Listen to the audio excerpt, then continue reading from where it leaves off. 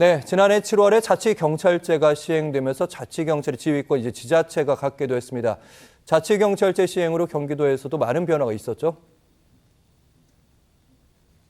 네. 자치경찰은 생활안전과 교통, 지역 경비 등 분야에서 치안 업무를 담당하고 있는데요. 출범 이후 경기 남부경찰위원회 1호 시책은 코로나19 4차 대유행 종식이었고 북부 자치경찰위원회는 위기아동 원스톱 보호체계 구축이었습니다. 코로나19 확산을 막고자 유관기관과 유흥시설, 밀접지역 합동점검을 진행하였고 남양주시 및 의정부시와 협력해서 위기아동 위기대응팀을 구성하였습니다. 현재 도민들이 직접적으로 자치경찰의 업무에 대해서 느낄 수 있는 건 교통안전이라고 생각하고요. 작년부터 교통정책에 많은 변화가 있었습니다. 안전속도 5030 정책과 어린이 보호구역 내 주정차 전면 금지 등 정책 변화에 따라서 발생하는 혼란을 막고자 정책 홍보와 교통 단속에 집중했습니다. 아직까지는 교통에 집중하고 있지만 앞으로 생활안전 분야의 정책 발굴이 이루어지도록 노력이 필요한 것 같습니다.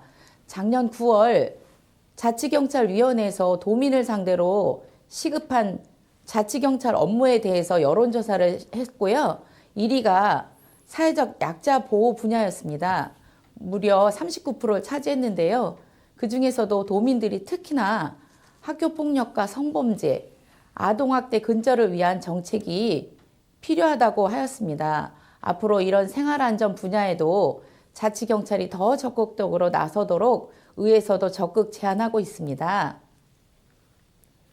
네, 교통안전에 대한 말씀하셨는데요. 자치경찰 더 피부로 느낄 수 있는데 일단 자치경찰제 도입으로 어린이 보호구역 내 속도 제한도 그리고 주정차 단속도 많이 이루어진 것으로 알고 있는데요. 시민들의 반응 궁금합니다. 지역을 다니다 보면은 민원을 듣게 되는데요. 주민분들이 주로 말씀하시는 게 현재 교통정책에 대한 불평이었습니다. 일률적인 안전속도 5030 정책과 대안 없는 학교 앞에 주정차 전면 금지에 대한 말이 많습니다. 안전속도 5030 정책은 일반 도로는 시속 50km, 주택가 등 이면도로는 시속 30km로 속도를 제한하는 것인데요. 출퇴근 시간과 차량 이동이 적은 시간에도 일률적으로 제한하는 등 도로 흐름을 고려하지 못하고 운전자들의 불만이 많습니다. 또한 어린이 보호구역 주정차 전면 금지의 경우 주차 공간이 없는 상가들의 영업 제한 문제, 아이들 등하교 시 승하차를 위한 승하차존 지정 미비, 학교를 다니지 않는 주말이나 방학, 야간 시간에도 동일하게 적용되어서 효율성 문제에 지적되고 있었습니다. 도로교통법 시행규칙은 도로 상태에 따라서 시도경찰청이 60km까지 유연성 있게 속도를 제한할 수 있고 안심 승하차존 지정을 할 수가 있게 되어 있습니다.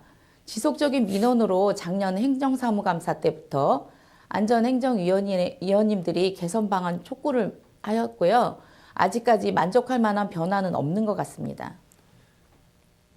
네, 전면금지보다는 유연한 금지가 필요하다는 말씀이신데 방금 행정사무감사 얘기하셨는데 2주 전에 자치경찰위원회 업무 보고를 받았고요.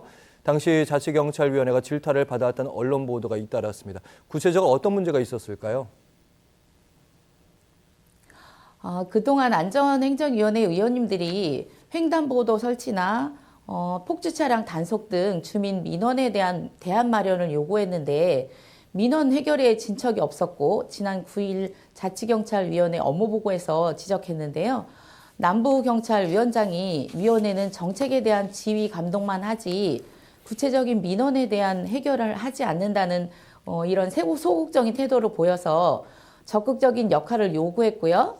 또한 이륜차 난폭 운전 단속과 시정조치, 전동 킥보드 인도 통행 단속, 개인용 이동수단에 대한 교통사고 예방 및 단속, 안전속도와 스쿨존의 유연적인 정책 시행 등을 지속적으로 요구했지만 문제는 여전했습니다.